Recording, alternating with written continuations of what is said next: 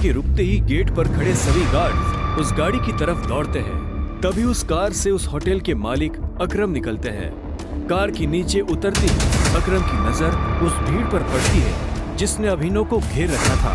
उस भीड़ को देखकर अकरम अपने गार्ड से पूछता है, होटल की लॉबी में इतनी भीड़ क्यों है? पता नहीं सर, कोई भिखारी है, बोल रहा है कि उसे आपने बुलाया। मैंने तुम्हें कितनी बार कहा है कि मुझे मेरे होटल में ऐसे लोग नहीं चाहिए। उठाकर फेंको इसे बाहर।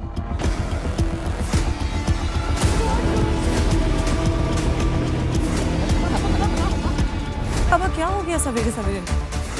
शोर मैंने नहीं, तेरे निखट्टू पति ने मचाया है, जिसे तेरे सठिया हुआ दादा ने जबरदस्ती तेरे पल्लू में बांध कर रखवा है। मेरा बस चले ना तो अभी के अभी इसे लात मार के घर से बाहर निकाल दूं। अभिनव, तुम्हें जहाँ जाना है चले जाना, प्लीज पहले मम्मी का काम करके जाओ। नहीं अनन्या, मैं अभी नहीं रुक सकता हूँ, मुझे अभी जाना होगा। सॉरी। इतना कहकर अभिनव वहाँ से निकल जाता है और ये देखकर शर्मिला का गुस्सा सातवें आसमान को छू जाता है। आने दो इसको वापस। इसे आज जंगली कुत्तों के पिंजरे में नहीं छोड़ दिया ना तो मेरा नाम भी शर्मिला नहीं। अब कैसे बचेगा अभिनव अपनी सास के गुस्से से? क्या अभिनव की आज शामत आने वाली है? क्या होगा आगे? थोड़ी देर बाद अभिनव मुंबई शहर की सबसे बड़ी 5 स्टार होटल सैफायर पर पहुंच गया था, लेकिन वहां भी उसका स्वागत कुछ ठीक नहीं होता।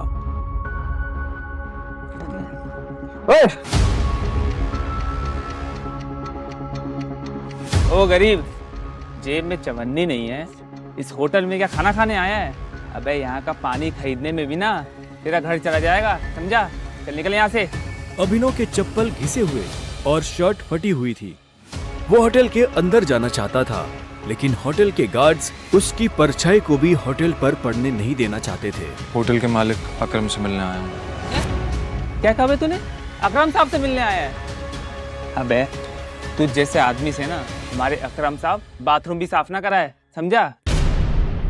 बड़ा आया अकरम साहब से मिलने वाला, चल जा यहाँ से।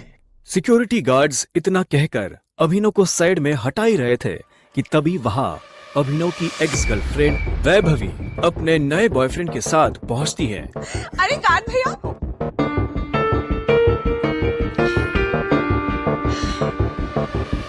इन गरीबों को ऐसे नहीं भगाते भैया। बेचारे ने कितने दिन से कुछ नहीं खाया होगा। वैसे भी होटल में खाना तो बचता ही है, जिसे हम फेंक देते हैं, वो इसे खिला देंगे। बेचारा बहुत दिनों से भूखा लग रहा है। अभी कुछ दिन पहले ही वैभवी अभिनव के साथ जीने मरने की कस्में खाया करती थी और आज वो उसके ही सामने किसी भिखारी की तरह बर्ताव कर रही थी। मुझे तो विश्वास ही नहीं होता देव, ये निठल्ला तुम्हारा बॉयफ्रेंड था। देवेन की इस बात को सुनकर अभिनव के गुस्से का ठिकाना नहीं था, लेकिन इससे पहले कि वो कुछ कहता, वहाँ एक आलीशान कार आकर रुकती है। अकरम सर आ गए। उस कार के रुकते ही गेट पर खड़े सभी गार्ड्स उस गाड़ी की तरफ दौड़ते हैं। तभी उस कार से उस होटल के मालिक अकरम निकलते हैं। कार के नीचे उतरते ही अकरम की नजर उस भीड़ पर पड़ती है जिसने अभिनव को घेर रखा था। उस भीड़ को देखकर अकरम अपने गार्ड से पूछता है, होटल की लॉबी में इतनी भीड़ क्यों है? पता नहीं सर, कोई भिखारी है, बोल रहा है कि उसे आपने बुलाया। मैंने तुम्हें कितनी बार कहा है कि मुझे मेरे होटल में ऐसे लोग नहीं चाहिए। उठाकर फेंको इसे बाहर।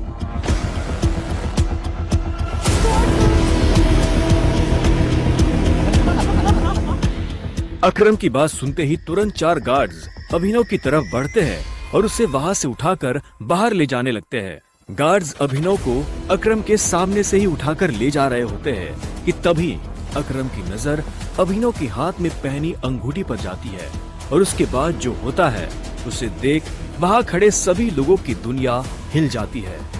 छोड़ो इसे। सर, अभिनव के हाथ में उस अंगूठी को देखते ही अकरम उन गार्ड्स को रोकता है।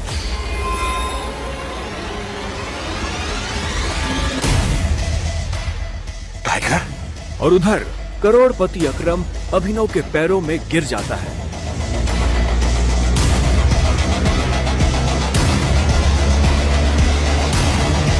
मैंने तुम्हें पहचाना नहीं, मुझे माफ कर दो टाइगर। आखिर क्यों शहर का सबसे बड़ा बिजनेसमैन गिर गया अभिनव के पैरों में? आखिर उस अंगूठी का क्या राज था? क्या वो राज सबके सामने आ पाएगा?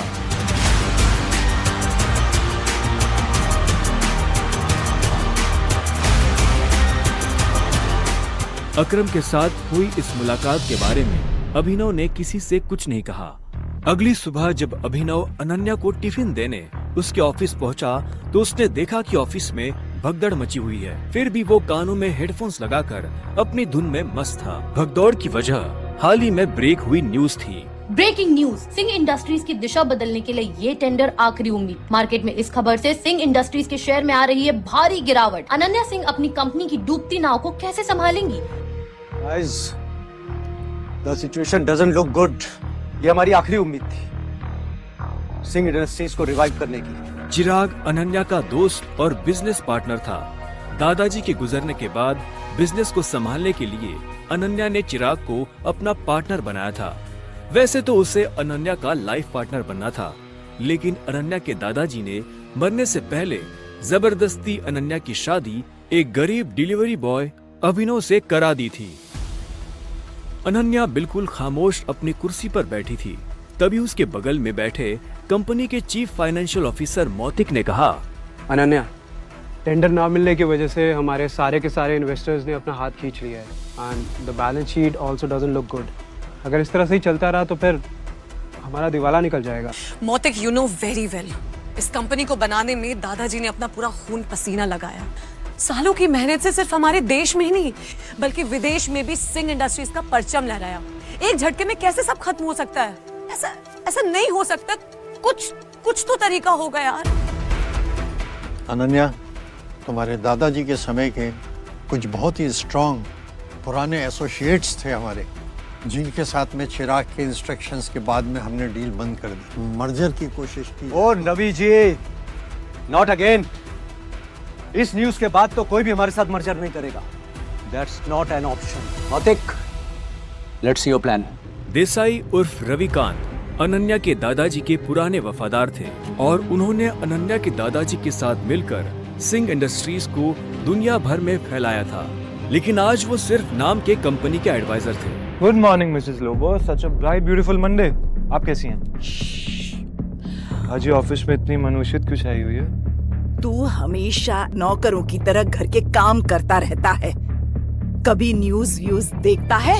इतने बड़े इंडस्ट्रियलिस्ट के दामाद हो, बिजनेस की खबर रखा करो। ऐसा क्या होगा जिसकी खबर मुझे नहीं है?